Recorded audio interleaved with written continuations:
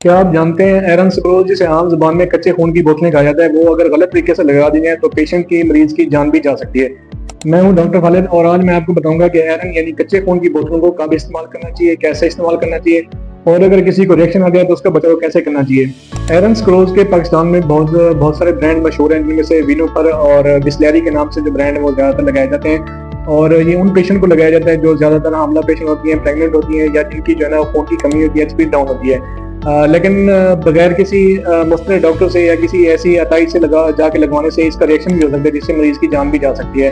ज्यादातर जो है क्लिनिक्स पे ये गलती की जाती है कि जो इसके एम्प्यूल्स होते हैं, जो इसके इंजेक्शन होते हैं आयरन सुक्रोज के, उसको डेक्सट्रोज की जो ड्रिप है उसमें डाला जाता है। जबकि जब इसको डेक्सट्रोज की ड्रिप में अगर डाला जाएगा तो इसके बहुत ही सीवियर किस्म के रिएक्शन हो सकते हैं। सबसे बेस्ट इसका हल ये है कि आयरन सुक्रोज को नॉर्मल सिलेंड में यूज किया जाए और इसके इस्तेमाल करने का तरीका ये है कि 2 एम्प्यूल इसके लिए जाते हैं और उसको 100 ml नॉर्मल सिलेंड में चलाया जाता है। सबसे पहले होता है कि इसके 15 मिनट की ट्रायल ली जाती है।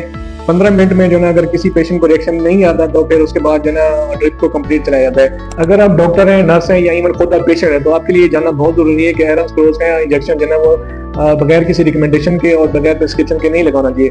और अगर किसी भी जगह से लगवाएं तो किसी अच्छी और वैलिड जगह से लगवाना चाहिए ताकि इसकी जो रिएक्शन है वो मिनिमम हो सके। आयरन सुक्रोज की जो ड्रिप होती है उससे 2 तरह के रिएक्शन होते हैं, एक फिशबेन रिएक्शन होता है और दूसरा एनाफिलेक्टिक रिएक्शन होता है। फिशबेन रिएक्शन में ये होता है कि पेशेंट का चेहरा वो सुर्ख हो रहा होता है और उसको हल्की सी खारिश हो रही होती है। इसमें करना ये होता है कि फौरी तौर पर ड्रिप बंद कर देनी होती है और थोड़ा सा वेट करना होता है। दूसरा एनाफिलेक्टिक रिएक्शन होता है, उसमें ये होता है कि पूरे जिस्म पे सोजिश होने लगती है, बुखार होने लगता है, बहुत ज्यादा खारिश होने लगती है।